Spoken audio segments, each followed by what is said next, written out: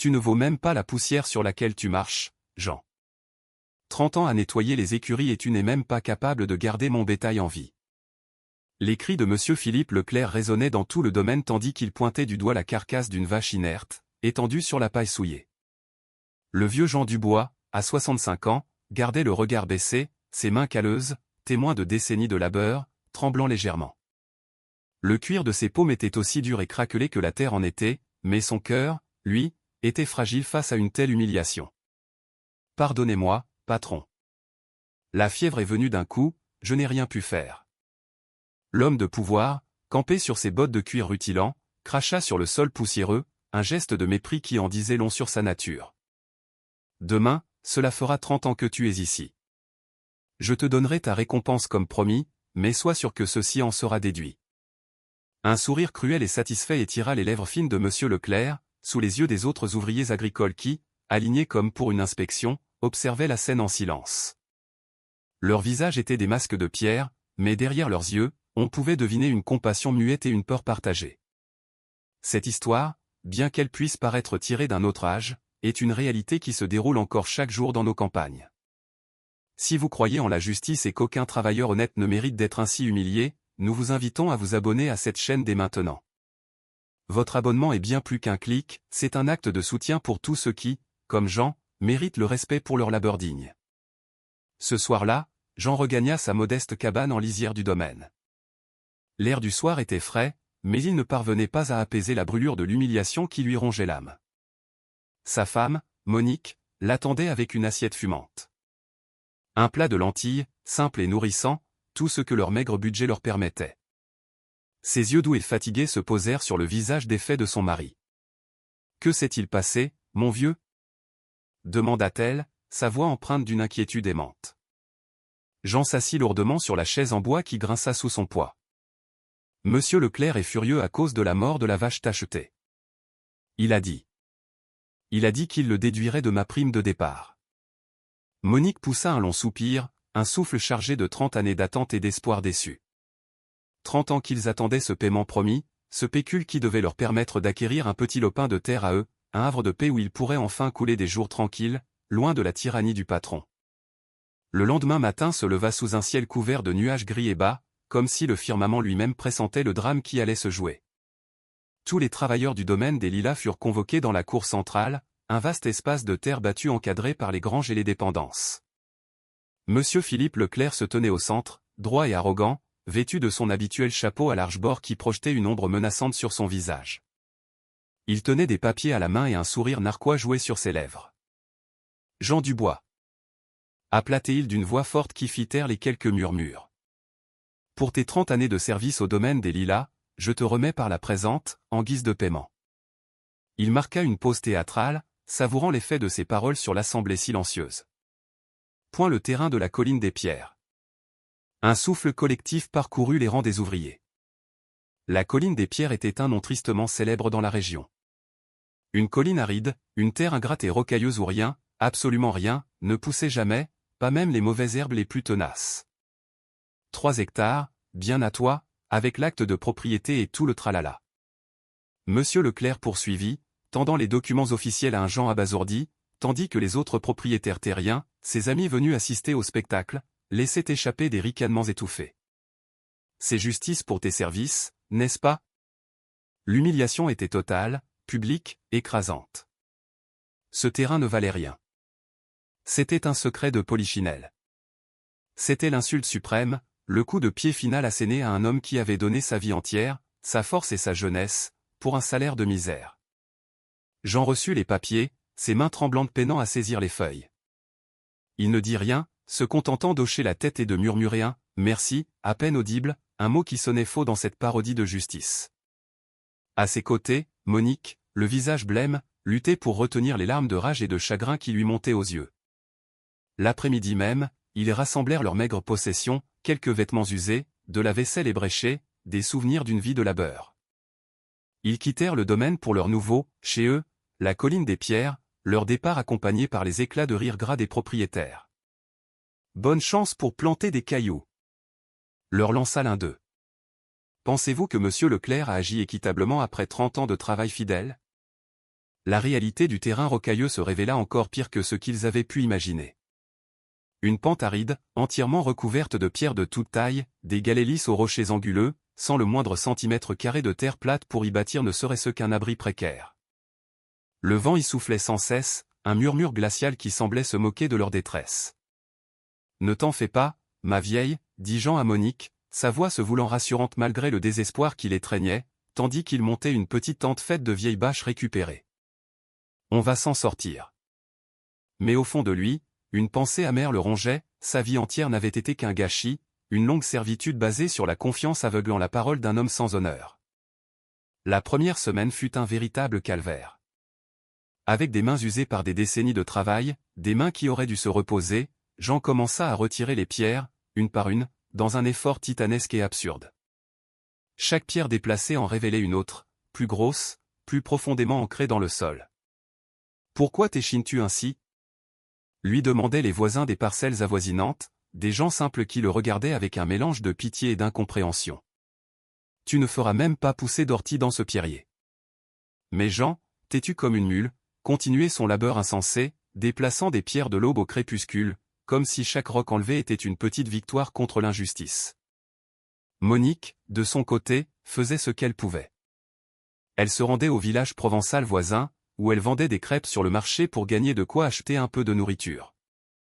Parfois, la nuit, quand Jean dormait d'un sommeil de plomb, épuisé par sa tâche herculéenne, elle pleurait en silence, des larmes amères qui coulaient sur son visage ridé. 30 ans de sacrifice pour finir ainsi, à vivre au milieu des pierres, sans avenir, sans le moindre espoir. Un mois plus tard, à force de persévérance, ils avaient réussi à dégager un minuscule espace, juste assez grand pour y construire une petite maisonnette en bois et tôle ondulée. Les pierres qu'ils retiraient, ils les entassaient le long des limites de la propriété, formant ainsi des murets rustiques qui serpentaient sur la colline. « Au moins, ça nous servira de clôture, » disait Jean, s'accrochant à la moindre parcelle d'optimisme. C'est alors que le premier incident, ou plutôt le premier miracle, se produisit. En essayant de déplacer une pierre particulièrement grosse et récalcitrante, sa pioche se brisa net contre quelque chose de très dur. Le choc fut si violent que la pierre elle-même se fendit en deux, révélant un intérieur scintillant, parcouru de couleurs chatoyantes qui changeaient selon l'angle de la lumière, comme un arc-en-ciel emprisonné dans la roche. Jean resta interdit, regardant l'éclat étrange, confus. Jamais de sa vie il n'avait vu une chose pareille. Cette histoire me touche profondément, et si elle résonne également dans votre cœur, je vous prie de laisser un « j'aime » sur cette vidéo et de vous abonner à notre chaîne. Chaque abonnement nous aide à partager ces récits de résilience et d'espoir avec davantage de personnes qui ont besoin de les entendre. Il y a tant de gens dans notre monde qui méritent d'être vus et reconnus. « Qu'est-ce que c'est que ça, ma vieille ?» demanda-t-il lorsque Monique rentra du village. Elle prit la pierre brisée dans ses mains et l'examina avec attention. Une lueur de reconnaissance s'alluma dans ses yeux. Il y a de nombreuses années, avant de se marier, elle avait travaillé comme domestique dans la maison d'un collectionneur de minéraux. On dirait de l'opale, dit-elle finalement, la voix pleine d'incrédulité. Mon ancien patron collectionnait ces pierres. Il disait qu'elles valaient beaucoup d'argent. Jean la regarda, sans bien comprendre. De l'argent. Pour des pierres. L'idée lui paraissait folle. Mais cette nuit-là, il ne parvint pas à trouver le sommeil. L'image de la pierre scintillante dansait devant ses yeux. Le lendemain, au lieu de défricher, il se mit à examiner avec soin chaque nouvelle pierre qu'il déterrait. À sa stupéfaction, il découvrit que beaucoup d'entre elles présentaient les mêmes veines irisées, les mêmes couleurs changeantes. Ils n'osèrent en parler à personne. Ils travaillaient en secret, cachant les plus belles pierres dans un sac dissimulé sous leur lit. La nouvelle d'un possible gisement d'opale attirerait les vautours, et Monsieur Leclerc serait le premier à se présenter, réclamant ce qu'il avait donné sans en connaître la valeur. Ils vécurent ainsi pendant 3 mois, dans une pauvreté qui contrastait de plus en plus avec le trésor secret qu'ils accumulaient. Jusqu'au jour où un étranger passa sur le chemin de terre qui longeait la colline des Pierres. C'était un homme de la ville, portant des lunettes et des vêtements élégants mais pratiques. Il s'arrêta en voyant Jean fendre des pierres. « Bonjour », le salua l'inconnu. « Je suis l'ingénieur Stéphane Moreau, géologue. Je mène une étude des sols dans la région. » Jean hocha la tête, méfiant, sans dire grand-chose, terrifié à l'idée de révéler son secret. Mais l'œil exercé de l'ingénieur avait déjà remarqué quelque chose d'inhabituel dans les pierres du muret. « Ces pierres, si vous me le permettez. » dit-il sans attendre de réponse, prenant un fragment du mur et l'examinant avec une loupe qu'il sortit de sa poche. Ses yeux s'écarquillèrent de surprise. « Monsieur, savez-vous ce que vous avez là ?» J'en feignis l'ignorance. « Des pierres, monsieur. Des tas de pierres inutiles. » L'ingénieur sourit. « Au contraire. Ceci est un gisement d'opale de feu, et de la plus belle qualité que j'ai jamais vue. Votre propriété tout entière en est probablement recouverte. » Le cœur de Jean se mit à battre la chamade, mais il garda son calme. Des années passées au service de Monsieur Leclerc lui avaient appris à ne jamais montrer ses émotions. Oui, de pure pierre, c'est ce que le patron nous a dit en plaisantant, après 30 ans de service. L'ingénieur prenait rapidement des notes dans un carnet. Monsieur, si vous me permettez un conseil, vous pourriez être assis sur une fortune. Cette nuit-là, Jean et Monique parlèrent longuement. L'ingénieur leur avait expliqué qu'il pourrait vendre les opales brutes à des collectionneurs ou à des joailliers, ou même créer une petite coopérative d'extraction. Il leur laissa sa carte de visite et promit de revenir dans une semaine avec plus d'informations et des acheteurs potentiels. La nouvelle, inévitablement, commença à se répandre dans le village provençal. Elle ne tarda pas à arriver aux oreilles de Monsieur Leclerc. Un matin, il débarqua à la colline des Pierres, accompagné de 2 hommes de main à l'allure patibulaire. « Jean, vieil ingrat !» lança-t-il, sa voix suintant la colère. « On m'a dit que tu avais trouvé des opales sur mes terres. » Jean, qui travaillait comme à son habitude, se redressa lentement. Il n'était plus le même homme qui courbait l'échine. La certitude de son bon droit lui donnait une force nouvelle. « Ce ne sont pas vos terres, Monsieur Leclerc, dit-il d'une voix ferme. Vous me les avez données, avec un acte notarié, devant témoin, en paiement de mes 30 années de service. Voici les papiers, signés de votre main. » Monsieur Leclerc devint rouge de fureur. « Je t'ai donné un pierrier inutile, pas un gisement d'opale. Il y a eu erreur, et je suis venu la corriger. » Il tenta d'avancer, mais s'arrêta en voyant plusieurs voisins s'approcher, alertés par les éclats de voix. Tous connaissaient l'histoire, la façon dont le riche propriétaire s'était moqué du vieil ouvrier. « Il n'y a pas d'erreur, Monsieur Leclerc, répliqua calmement Jean. Vous m'avez donné des pierres, pensant me condamner à la misère. Mais Dieu a transformé ces pierres en bénédiction. L'acte est à mon nom, et il est parfaitement légal. » Le propriétaire sortit une liasse de billets de sa poche. « Je te rachète le terrain. 10 000 € pour le tout. » Jean secoua la tête. « Il n'est pas à vendre. 20 000. Il n'est pas à vendre. 50 000, nom de Dieu. C'est ma dernière offre. » Jean regarda Monique, qui s'était approchée et se tenait maintenant à son côté.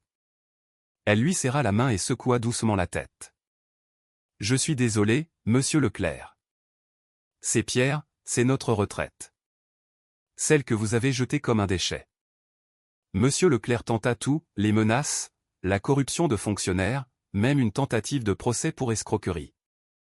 Mais l'histoire de l'humble travailleur qui avait reçu des cailloux en guise de moquerie et y avait trouvé un trésor s'était répandue dans toute la région.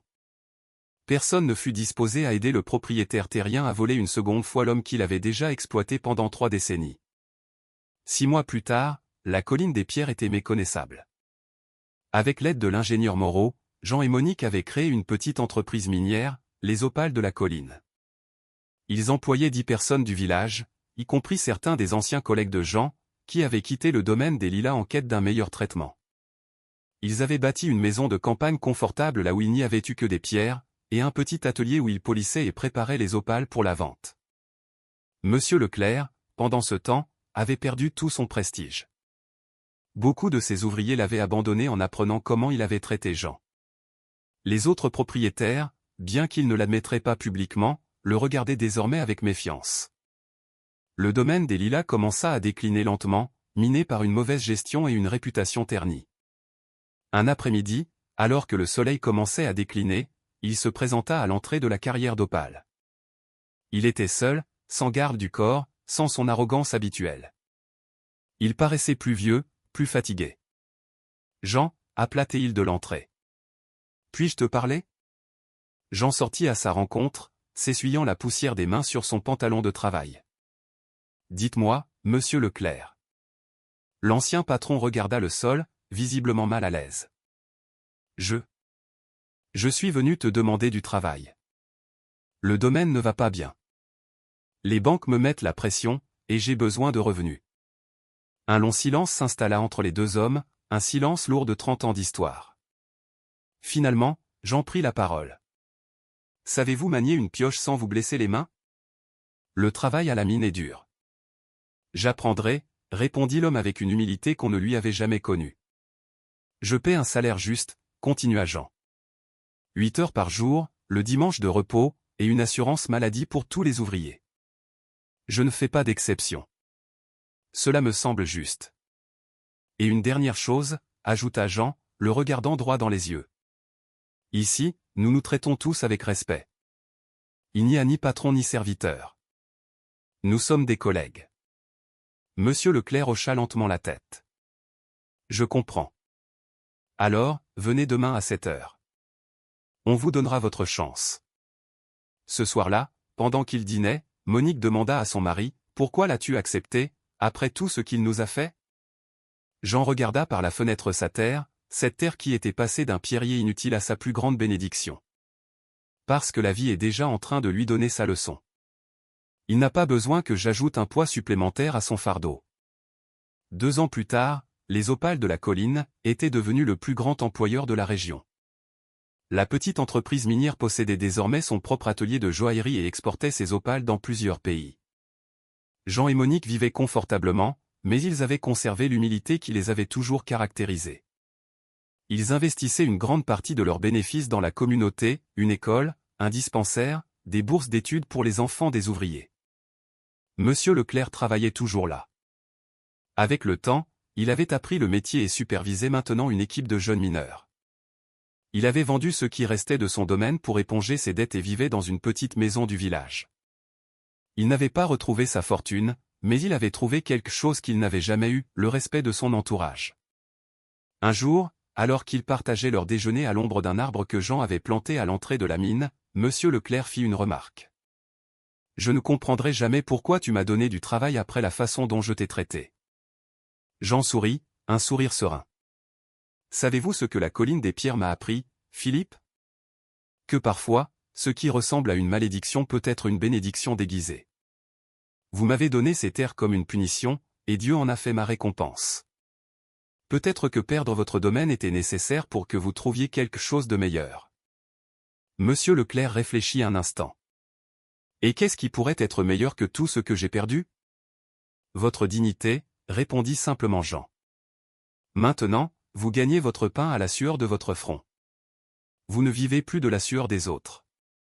Est-ce que cela ne vaut pas plus que toutes vos terres? L'ancien propriétaire ne répondit pas, mais ses yeux brillaient de ce qui semblait être des larmes longtemps contenues.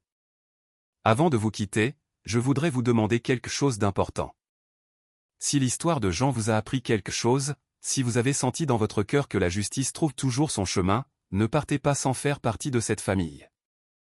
Abonnez-vous et activez les notifications pour que Dieu puisse vous bénir avec l'histoire de demain. Souvenez-vous que chaque récit que nous partageons porte un message d'espoir pour quelqu'un qui en a besoin. À bientôt sur cette même chaîne où la foi et la justice prévalent toujours.